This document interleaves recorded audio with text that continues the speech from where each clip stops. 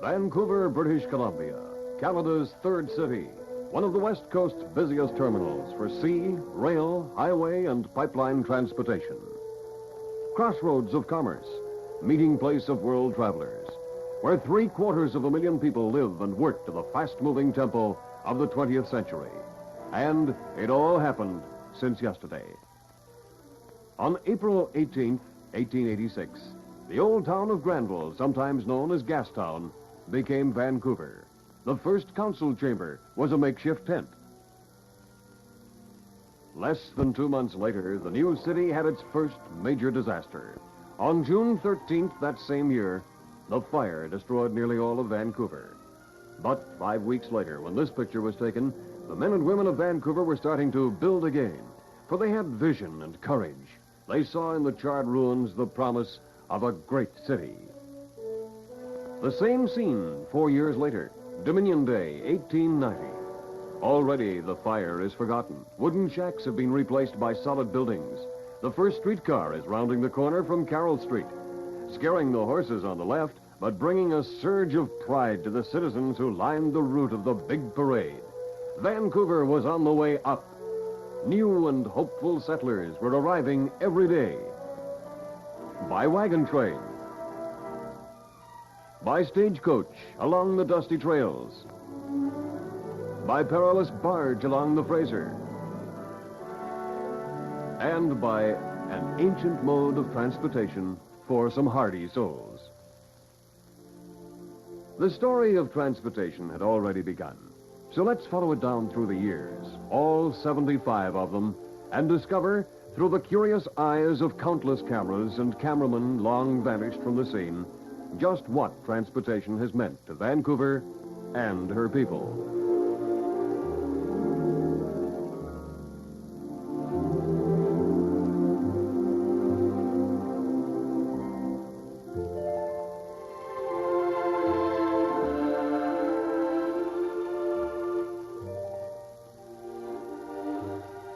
In the early days, transportation meant mainly the sea.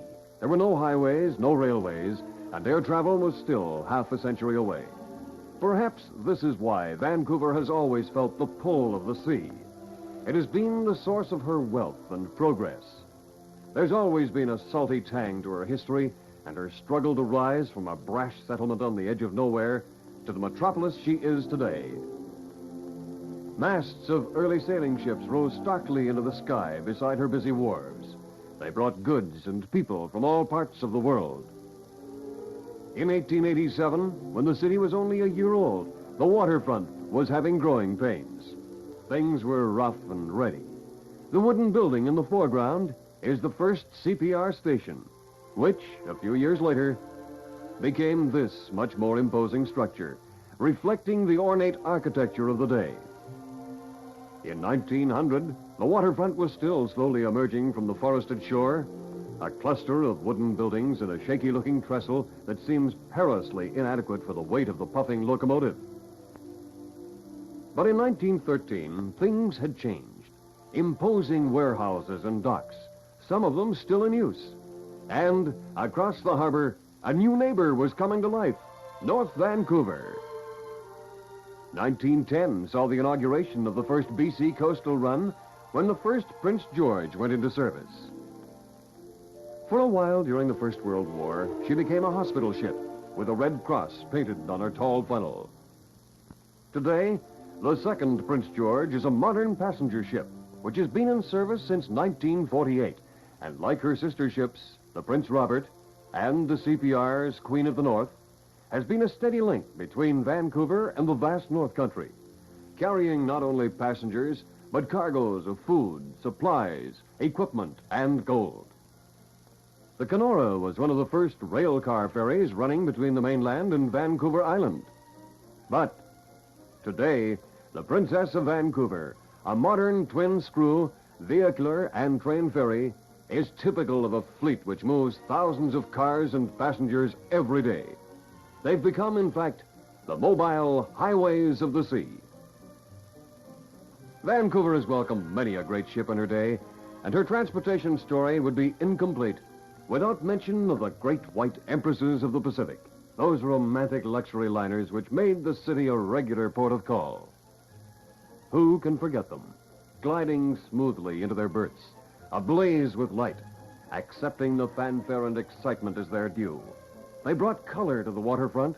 A youthful city took them to her heart.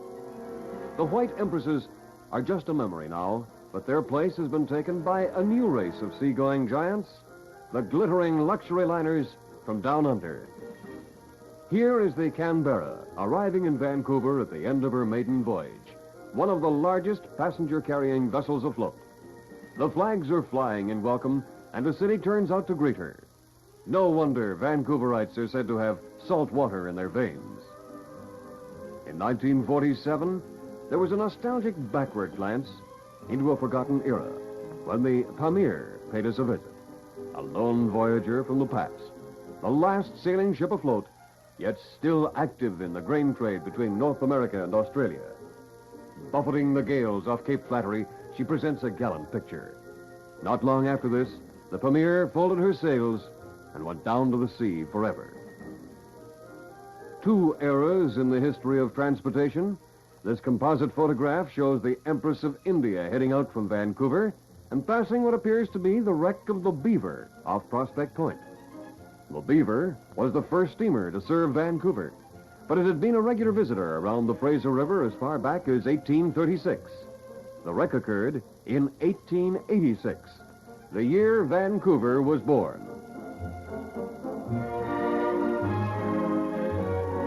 The first CPR train arrived here on May 23, 1887, and the railroad chapter of her transportation story began.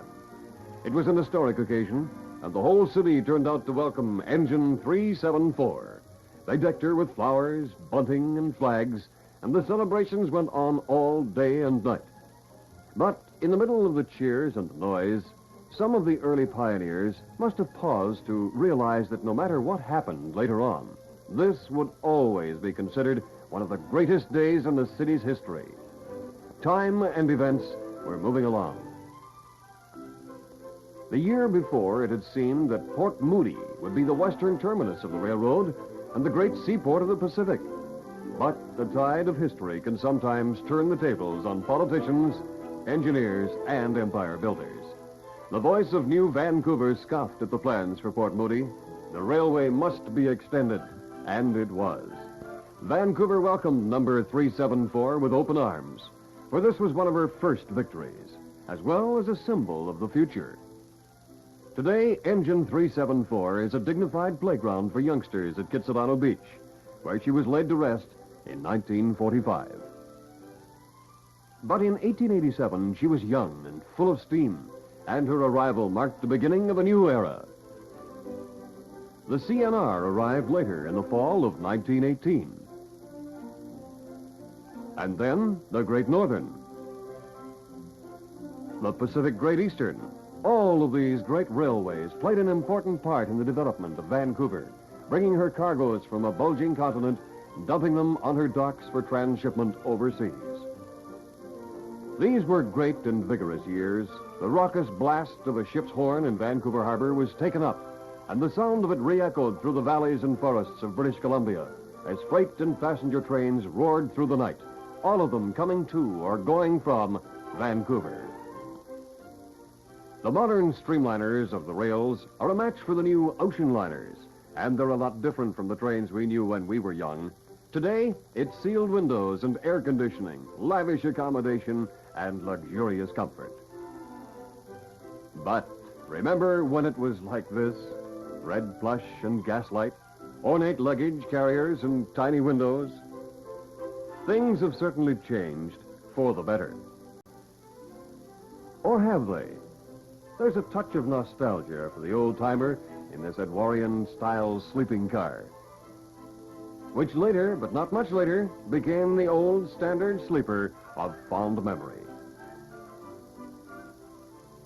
It's so much more decorative today. While passengers bring glamour and excitement to the railway, freight is its financial backbone. the bread and butter of the business. And freight wasn't limited to transcontinental runs. In Vancouver, a smaller yet important part of the transportation history revolves around the interurban freight and passenger services, which spread out from the city in many directions. Here's the first BC electric freight motor, pictured in the 1920s, and showing one of the famous milk train cars standing on the New Westminster Marpole line. And locomotive 900, built by the same company in 1907, served on the Marpole-Steepston line for many years. Diesel engines replaced the old locomotives on the Valley Freight Line after the interurban service was discontinued in 1950.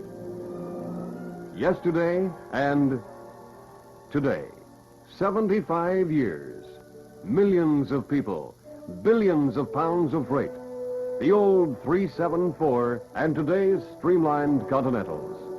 It doesn't seem like 3/4 of a century, but it was. While the whole story of Vancouver's transportation record is divided between the three major services, sea, land, and air, in between, there's another part of the story. Lumbering is Vancouver's major industry. While the big freighters and flat cars carry the province's lumber products to all points of the compass, there's first of all the story of how they get to Vancouver from the logging operations. Some lumber shipments travel hundreds of miles by water, truck, and rail to reach the mills and docks of Vancouver. Flat booms of logs like this have been a familiar sight along the coast for nearly all of the 75 years. One of the first methods of transporting logs down the coast was the Davis Raft, an ingenious invention of binding logs together in the form of a mobile log barge. Then came the labor-saving, self-unloading log barges, which brought the industry a step forward. Today's barges load and unload themselves. What would our pioneer loggers with their hand saws and crude log booms have thought of this? Tugs, sometimes called the workhorses of the sea lanes, have an important chapter in our transportation story. Without them, busy seaports like Vancouver would function less smoothly, less efficiently. The Kingsway Tug was later rebuilt and renamed the La Pointe, and is still in service. All modern tugs are equipped with radar, and despite their size, are capable of pulling immense loads. When a liner arrives in the harbor, the tugs take over and guide her to her berth. And the sight of these miniature giants chugging around the city's harbor is a colorful part of the transportation scene. 364 days a year, Vancouver's tugs are busy about their business. But on Christmas Day, they take time off to celebrate. So this is a traditional sight which can only be seen once a year. Barges moving slowly along our many waterways provide a somber background for the more lively methods of transportation. This self-unloading barge is a forecast of times to come, not only in transportation, but in all branches of industry. And while these cumbersome-looking cargo carriers receive scant attention from us as they go plodding about their business, they have a special place in the age-long history of the sea. Canada's and Vancouver's air age began on February 23rd, 1909, when this picture was taken. It was the first flight in Canadian history, and it ushered in a whole new concept of transportation. At Vancouver, a series of firsts marked the opening of this new age. March 25th, 1919, the first flight in Western Canada by Charles Hamilton at Memorial Park. To mark the first flight, the Vancouver Aviation Committee published its first souvenir program, and it included as event number 8, Mr. Hamilton racing in a biplane with running horses and riders on track. The horses won. Another early flight 1 year later by Bill McMullen at the same location.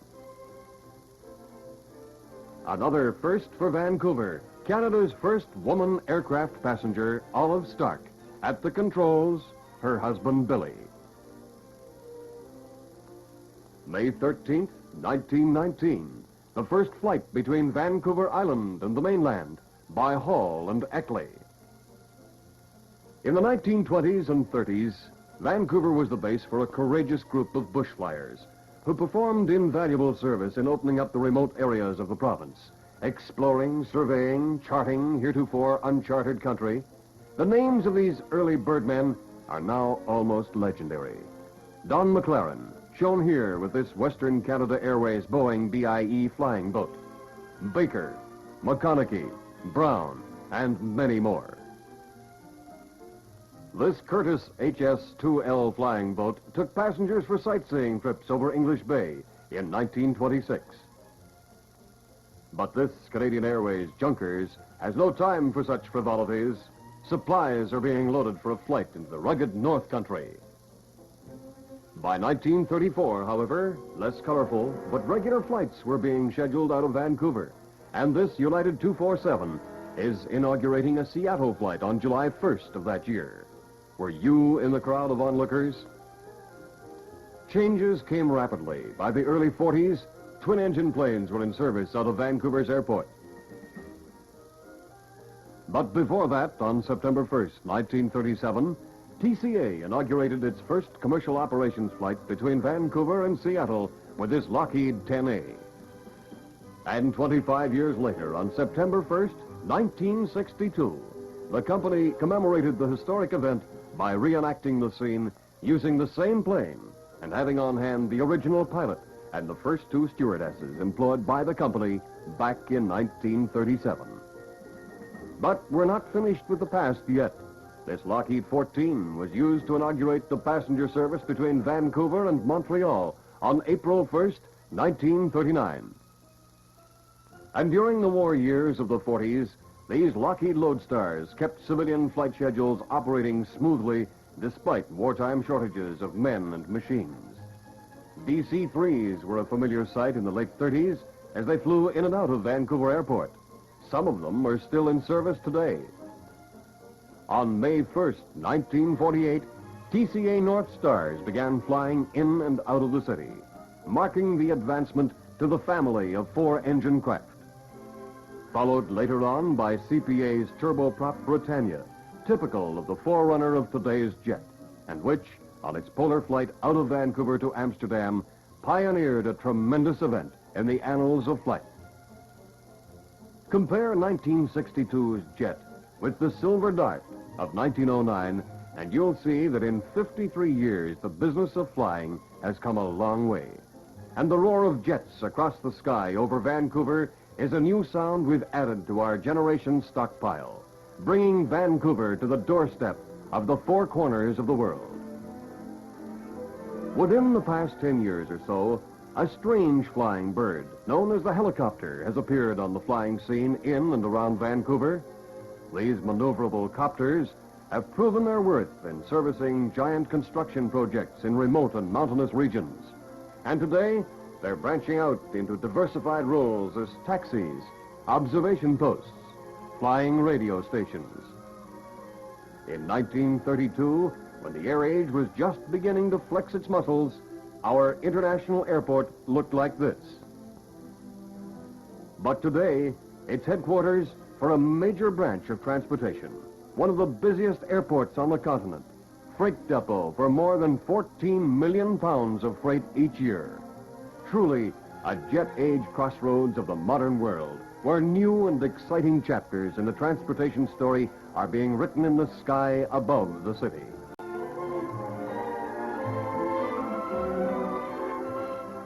A city the size of Vancouver must include integrated transportation services to keep goods and equipment in constant flow.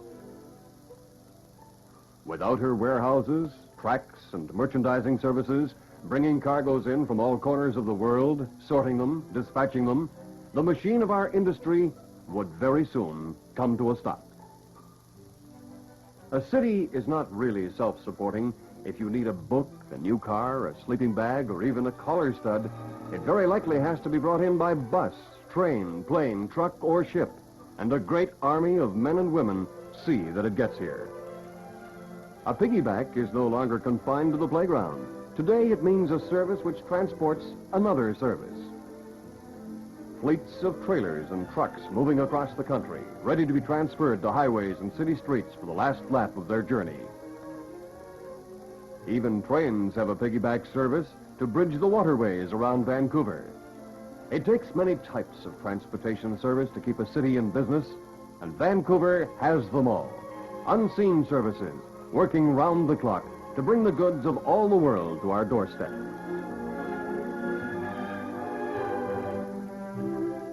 In 1886, even before the fire or the city's birth date, the forum of our pioneering ancestors was around the old maple tree which grew at the intersection of Cordova and Carroll Streets. A fountain marks the spot today. Horses, which were then the sole means of transportation, waited patiently in the background. The old pioneers didn't live long enough to see one of these fast modern trucks. Although some of them might very well have stayed around long enough to drive one of these early Comer trucks, vintage 1912, or even this. Packard model, same vintage. Even with this latest GMC model available, it took a long time for the horse to leave the scene. There were horse-drawn vehicles on our city streets as late as the 1930s, and even the 40s. But in 1912, the blacksmith and his steady customer were already doomed. Motor vehicle carriers were here to stay. Their styles changed with the years. This one has a 1930 license. And the license of this model is dated 1954. This one, 1956. Today, models like this are commonplace. We see them every day. But it's hard to imagine them parked around the old maple tree. The story of transportation of liquids in Vancouver goes back to 1894, when this photograph was taken. And in those days, horse-drawn petroleum wagons rattled the streets of 8-year-old Vancouver, bringing coal oil to light the stoves and lamps of our first settlers. This early warehouse covered the city's first petroleum shed, first storage tank, first tank wagon. The location was Smythe Street at the foot of Cambie. Later, it marked the beginnings of the Imperial Oil Company. When the automobile arrived, this was the site of the first service station in Canada, and a plaque marks this historic spot today.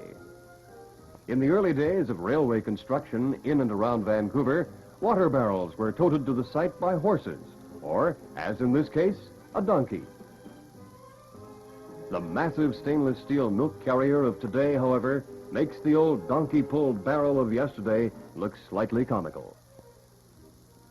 But there was nothing comical about the magnificent teams of horses which pulled the vehicles of long ago. They made an effective sight as they pranced along Vancouver streets, past the new and fancy lampposts, which an early canine pioneer is eyeing with appreciation. Everything is slick and streamlined now, and the carrying capacity enormous. It would take many decorated Percherons to pull these modern tank trucks. John Young was the driver of number 17, one of the first fuel oil trucks in Vancouver. But by 1934, the truck had changed in design, the tires air-filled, the vehicle more modern. But the past had sound, color, and vitality. This 6-horse-powered tank truck needed 3 men on the front seat, and the date, if we can judge from the building in the background, is around 1911. In 1946, however, the horses were all under the hood of this tank truck, which weighed, when loaded, 19,490 pounds, and which, 7 years later, made way for this 6-wheeled monster. With the advent of oil and gas pipelines which creep across the continent in ever-increasing numbers, we are forewarned of revolutionary changes in future transportation of commodities. Experiments are being made in transporting coal, iron ore, and water along these oil and gas pipelines. And no one knows for sure just what far-reaching results this will have. Oil company products weren't the only liquids transported through Vancouver streets down through the years. The old horse-drawn milk wagon stayed on well into the present. But much as we like to remember the clop-clop of horses in the early mornings of our childhood, we can't hold back the tide of progress, nor would we want to. Ice cream in the 20s was trucked around in these antique-looking vehicles, gone now, along with the old Seymour Exchange. Today's model is ultra-smart, refrigerated, and practical.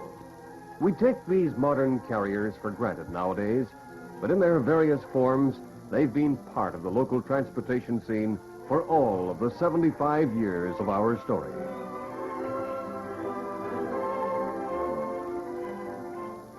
Behind everything that moves in the modern business of transportation, there's a system, a coordinated mechanism of machines and people to keep things in motion.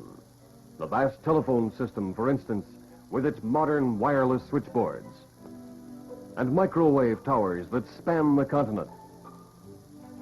The complicated processing machines operated by experts. All of these provide a behind-the-scenes system that keeps our transportation schedules in order.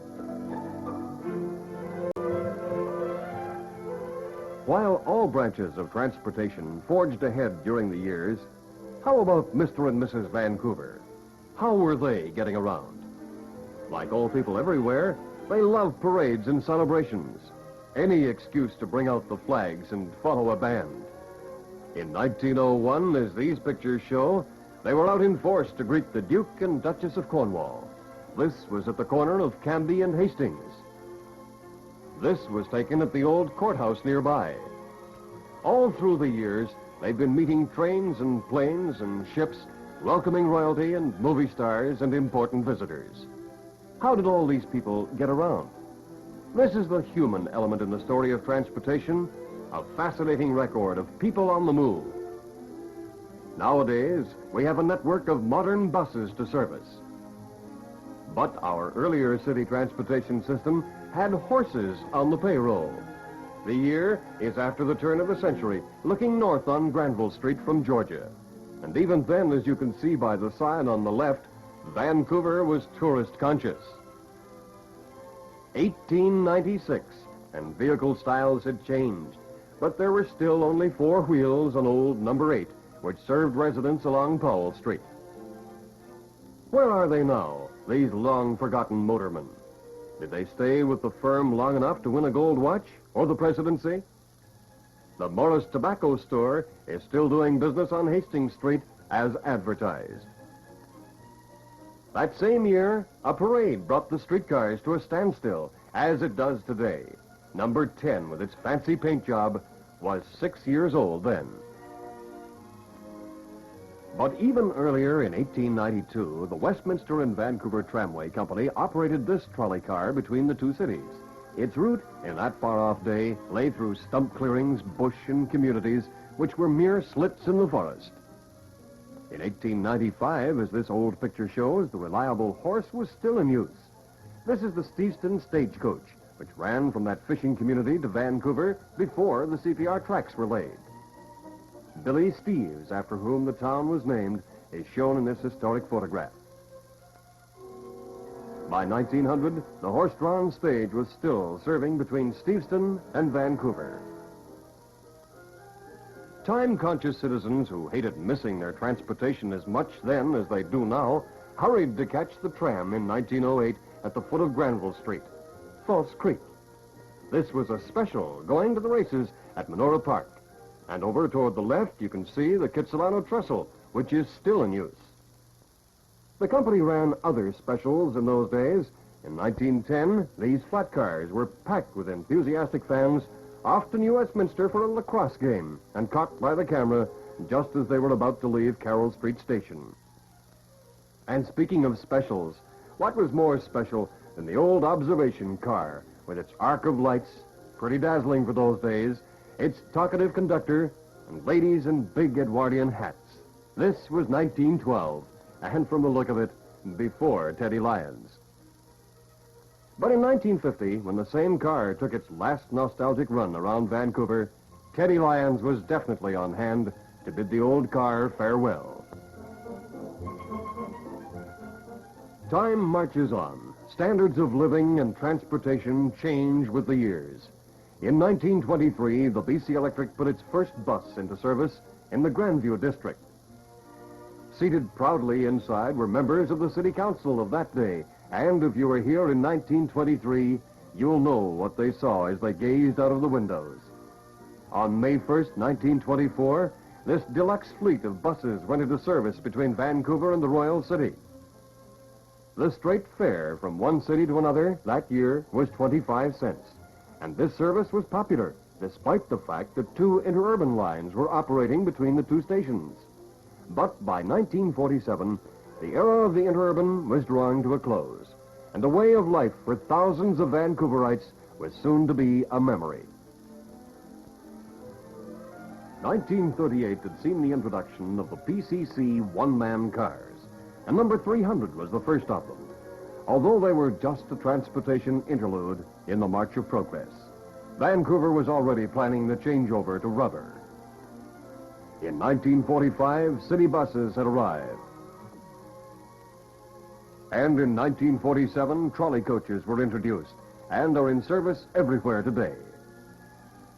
The last streetcar ride took place in Vancouver in 1955, and sentimental citizens were busy once more saying farewell to old landmarks and old friends. And in 1958, another era came to an end with the passing of the North Shore ferries, the best 10-cent ride on the continent, visitors used to say. The 75 years have passed, filled with the adventure of growth and progress, a pageant of ships, trains, aircraft, trucks and trams, trolleys and buses, and of course people. Without them, there would be no story. This is just a brief stop along the way, a breather to mark what has happened since yesterday. For 75 years is only a moment in the long-range story of people, and yet these 75 years were unique. Their like will never come again. The future will be exciting, but it's all planned. In 1886, when it all began, nothing was planned. There was just the forest rising beyond the first wooden shacks. But always there was the sound of men building more than ships and wagons, barges and tugs. They were building a future, and a lot of that future is still to be written.